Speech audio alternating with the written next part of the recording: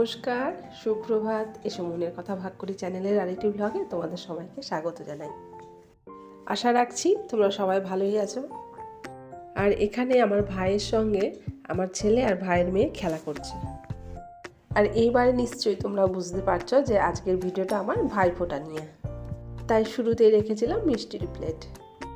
আর রূপু এখন ওর ভাইকে ফোঁটা দেওয়া শুরু করেছে।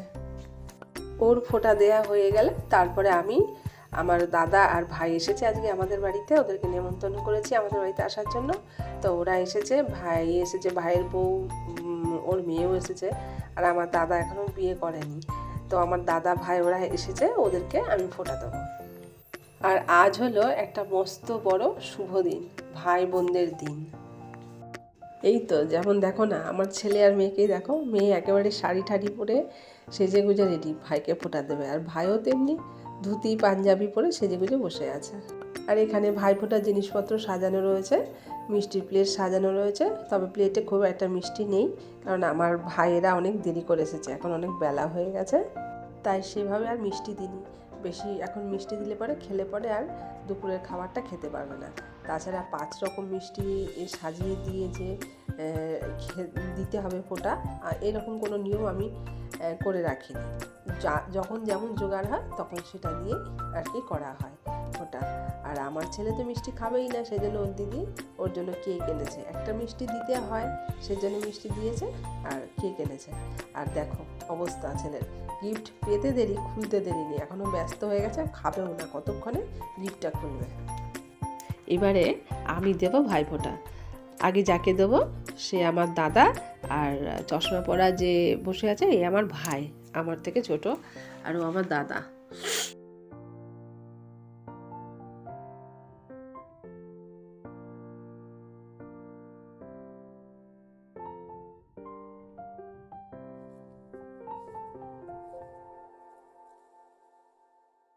এবারে দেবো ভাইকে ফোঁটা।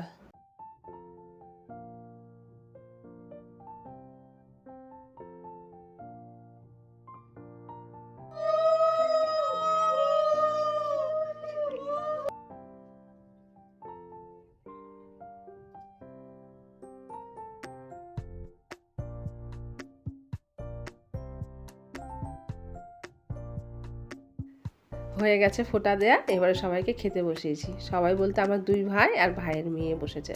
ছেলেকে বললাম খেয়ে নে, বলছে না আমি এখন খাবো না। আসলে কেকটা খেয়ে নিয়েছে, তো কেকের পাগল, কেক দেখলে হয়, একদম ঝাঁপিয়ে পড়বে খাওয়ার জন্য। কেকটা খেয়ে নিয়েছে, সেজন্য আর এখন আর খিদে নেই, সেজন্য ও খেতে বসলো না।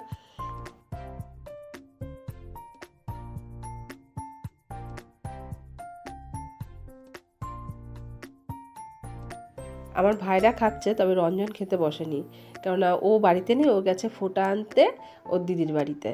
তবে ও আজকে বাড়িতে খাবেও না এবেলা, ও বেলা বাড়িতে খাবে, কিন্তু এইবেলা আজকে দিদির বাড়িতেই ও খাবে।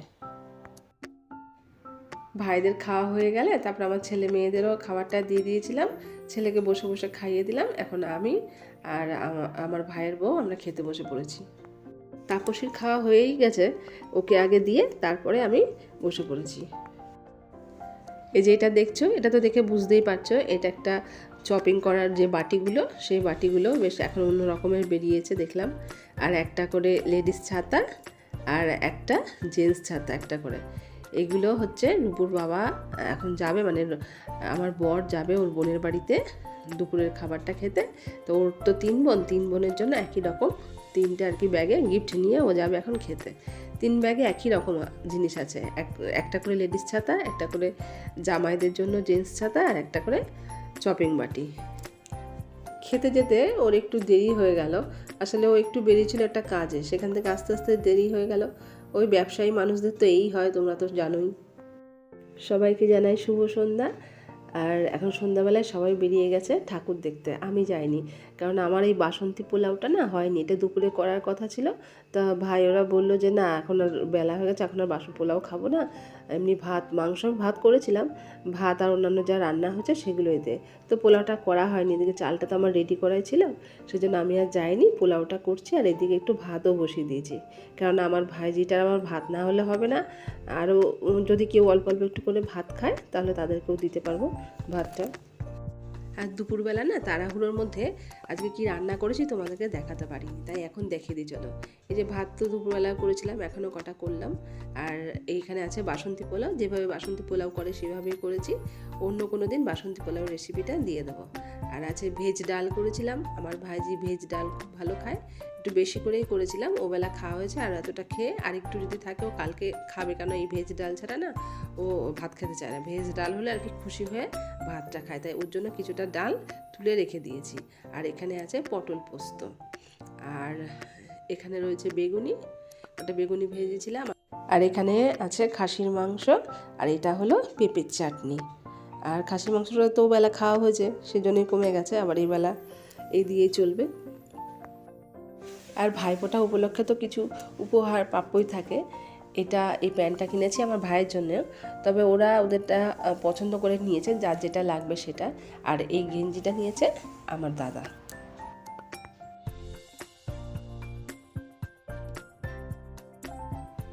আর ভাইফোঁটা উপলক্ষে আমার ভাই যে আমাকে উপহারটা দিয়েছে এটা হলো সেটা।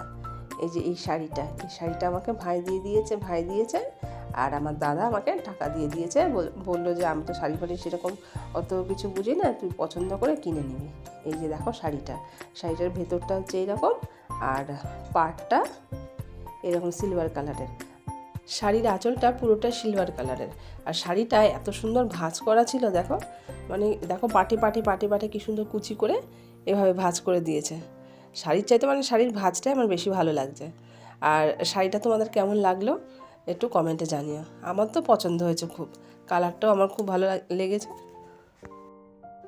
এখন রাত্রি বাজে 10:30, ওরা সবাই ঠাকুর দেখে বাড়ি ফিরে এসছে, কিন্তু কেউ এখন খাবে না। এখন বলছে সবাই আগে বাজি পোড়াবে, তারপরে খাবে। ব্যাস, এই যে এখানে রূপু শুরু করে দিয়েছে বাজি পোড়ানো। প্রতিটা বছরই এইরকমই হয়, ভাইফোঁটার দিন ওরা চলে যায় ঠাকুর দেখতে, তারপরে এসে আর খাওয়া দাওয়া শুরু হয় না, এসে শুরু হয় বাজি পোড়ানো। বাজি পোড়াতে ব্যাস কত রাত হয়ে যাবে, তারপরে শুরু হবে খাওয়া দাওয়া। আর সারাদিন সেভাবে তো রূপুর বাবা ওদেরকে সময় দিতে পারেনি। এখন সবাই মিলে বাজি পোড়ানোর জন্য আমরা ছাদে চলে এসেছি। তাহলে চলো কিছুক্ষণ বাজি পুড়িয়ে নিই, আর তোমরাও সাথে থাকো তাহলে।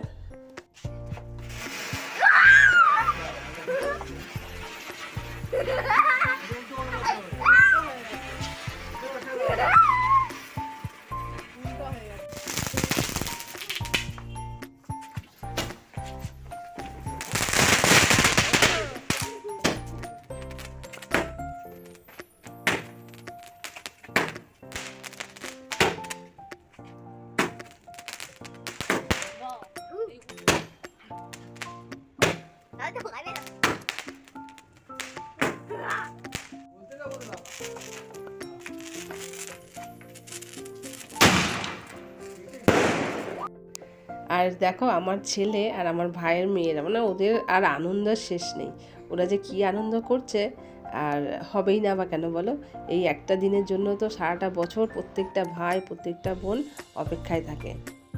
সারাটা বছর শত কাজের মধ্যেও, হাজার ব্যস্ততার মধ্যেও ভাই বোন যতই ব্যস্ত থাকুক না কেন, এই আজকের দিনটাতে একবারের জন্য হলেও ভাই বোনের বাড়িতে আসে, কিংবা বোন অতি অবশ্যই সময় করে ভাইয়ের বাড়িতে যায়। তাই তো বন্ধু, ঠিক বলছি তো? এইভাবেই তো সম্পর্কটা টিকিয়ে রাখতে হয়, কি বলো বন্ধু? আর ভাইফোঁটার দিন রাত্রেবেলা বাজি পোড়ানো হবে বলে রূপুর বাবা কয়েকদিন আগেই আমার ছাদে যে টবগুলো ছিল গাছের, সব একটা সাইডে সরিয়ে ঝাড় দিয়ে ছাদটাকে পুরো পরিষ্কার করে রেখেছে, যাতে বাজি পোড়ালে টবের কিংবা গাছের কোনো ক্ষতি না হয়।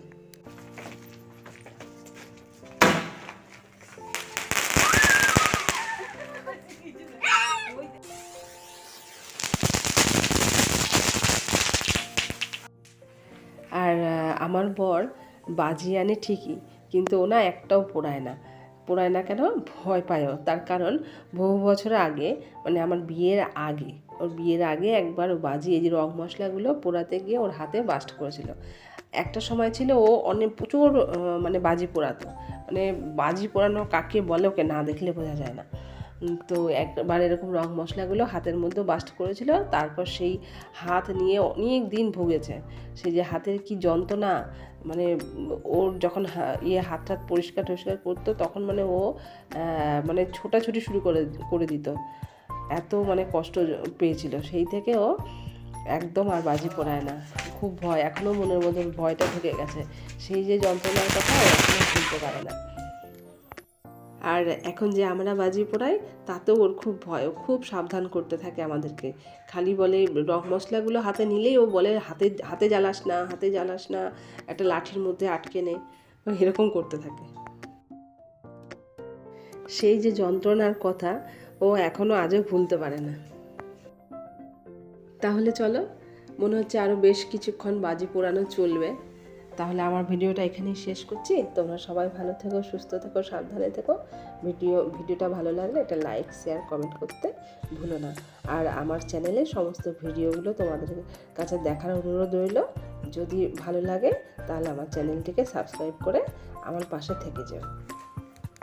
আর তোমরা যারা আমার ভিডিওগুলো দেখছো, লাইক করছো, কমেন্ট করছো, তোমাদের সবাইকে জানাই অজস্র ধন্যবাদ।